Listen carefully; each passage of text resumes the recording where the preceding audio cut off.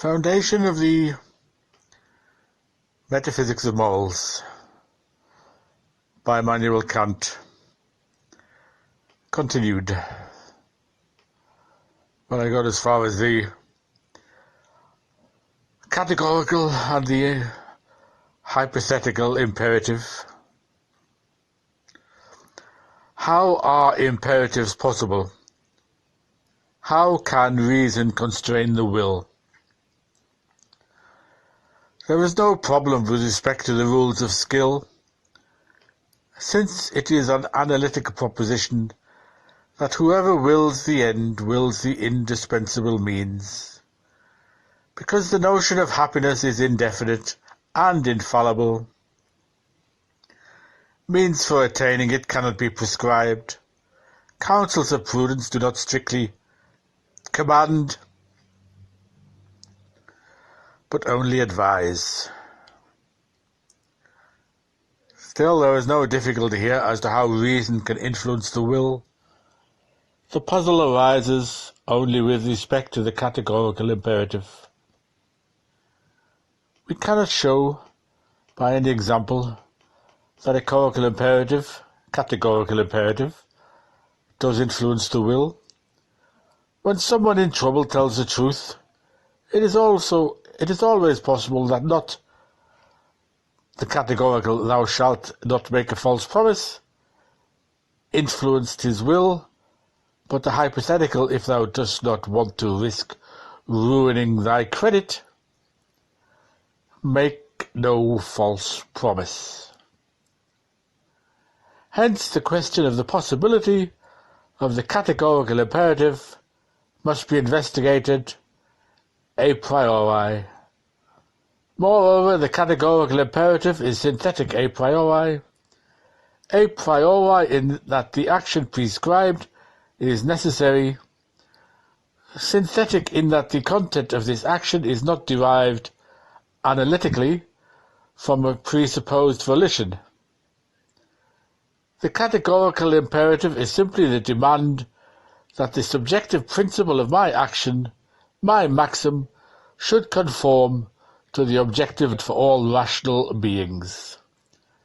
Therefore Kant contends there is only one categorical imperative: act only according to that maxim, by which you can at the same time will that it should become a universal law. Here are some of Kant's examples. 1. Suicide. Maxim. Out of self-love I shortened my life. But a system of nature in which this maxim was a law would be contradictory. The feeling impelling to improvement of life would destroy life. Therefore, the maxim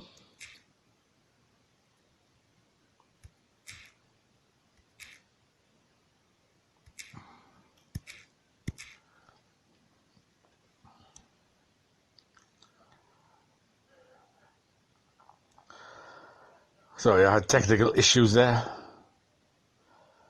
Anyway, back to suicide.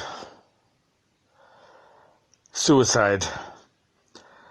This is Kant's first example of a categorical imperative. Or rather, anyway, never mind. You'll get the point. Suicide. Maxim. Out of self-love I shortened my life, but a system of nature in which this maxim was a law would be contradictory. The feeling impelling to improvement of life would destroy life. Therefore, the maxim could not be a law of nature, and the action is contrary to duty. Second example, false promises. A universal law of nature that people in trouble escape by making false promises is incoherent, as they never would be believed. Third example. Is it right to amuse myself at the expense of failing to develop my talents. While it could be a law of nature that all people do this, a rational being could not will it to be a law of nature, for rationality entails willing that faculties be developed. Number 4. Should we help other people, or is every man for himself morally permissible? A world could exist without altruism, but again a rational problem could not will it, for his will would conflict with itself. There must often be occasions when he needs the love and sympathy of others, from which he would be cutting himself off. Now, the first 2 examples, in which the idea of the maxim as law of nature is self-contradictory, show strict duties, whereas the 3rd and 4th example, where the maxim could be a law of nature but not willed to be, illustrate meritorious duties. If we were perfectly rational, then every time we thought of transgressing duty, we would notice a contradiction in our will, but in fact we experience no such contradiction, but only antagonism between inclination and what reason prescribes. This does not show us, however, that we acknowledge the validity of the categorical imperative.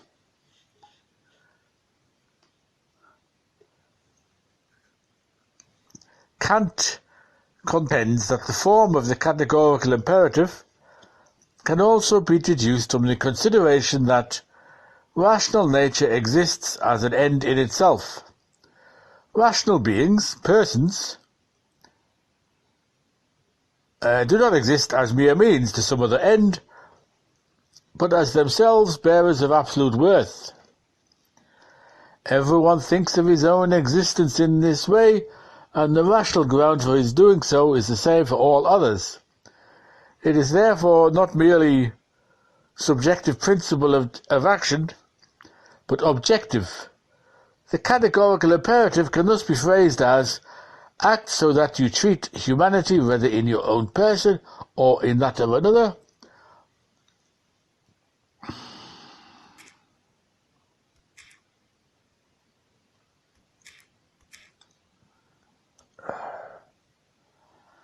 I'm having technical problems.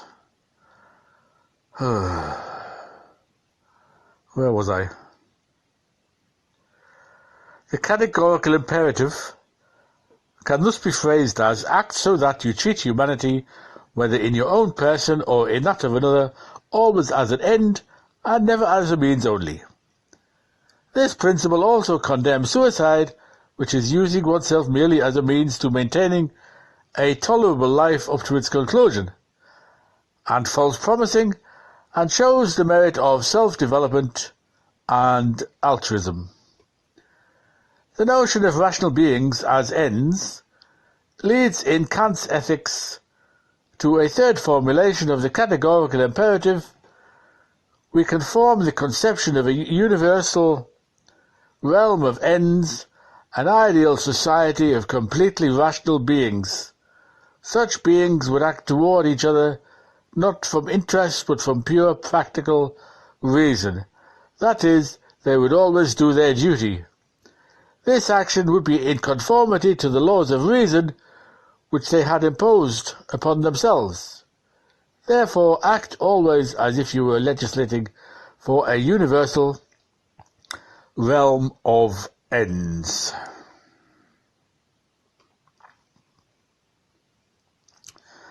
The categorical imperative, in all its forms, is the principle whereby a rational being gives a law to himself.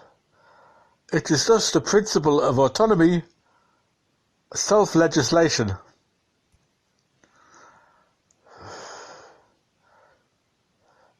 All other principles based on interest are heteronymous, other legislation, the other being the object determining the will, riches, say, or happiness, or any external object of interest. All heteronymous principles are spurious.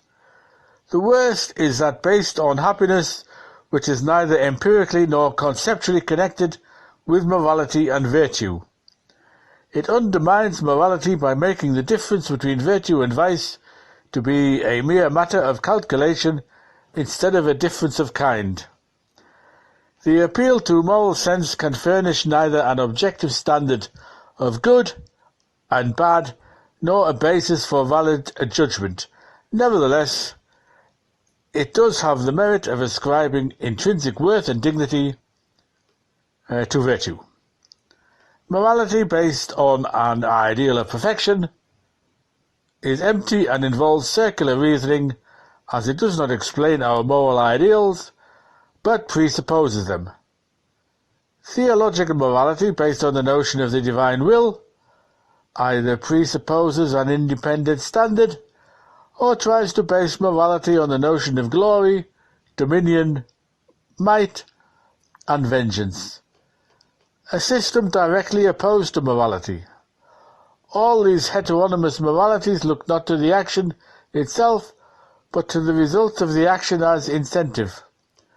I ought to do something because I will something else is a hypothetical imperative, and hence not a moral imperative. Kant attempts to show that not that the autonomous will is actual, but that it is possible. To show even this much is difficult, Kant admits, inasmuch as if nature is a system of effects following by natural law from their causes, and if human beings are part of nature, it seems that every human action is necessitated by natural causes, and thus could not be otherwise than it is. The will could not then be autonomous, a law to itself, unless it is free. Kant's strategy in establishing the possibility of freedom depends on the distinctions elaborated in the Critique of Pure Reason between things as they are in themselves and things as they appear to us. With regard to conceptions that come to us without our choice, such as those of the senses, we can know only how they appear, not how they are in themselves. This applies even to the individual's concept of himself. He knows himself only as he appears to himself, and is ignorant of the reality underlying the appearance. However, man and woman finds in him or herself the faculty of reason which transcends the conceptions given through the senses. Man and woman must therefore conclude that his or her ego, as it is in itself, belongs to the intelligible world of things in themselves. The upshot is that man and woman has a dual citizenship. In the world of the senses, his actions are explainable in terms of natural causation, thus heteronomously. But as the denizen of the intelligible world, the causality of his will is and must be thought of under the idea of freedom as autonomous. It is belonged only to the intelligible world, all our actions would conform to the law of freedom and would be moral. If we belonged only to the sensible world, as non-rational animals do, all our actions would be effects of natural causation that is determined by incentives. Belonging as we do to both worlds, we experience the dictates of practical reason as ought. Even in following material incentives, we are conscious of what reason requires. We must assume, although we cannot prove, that there is no ultimate contradiction between natural necessity and freedom in human action. And the assumption is justified For there is no contradiction in a thing in itself being independent of laws to which the thing as appearance must conform. In this way we can comprehend the incomprehensibility of the unconditional necessity of the moral imperative. So, are you convinced? Comprehending what is incomprehensible?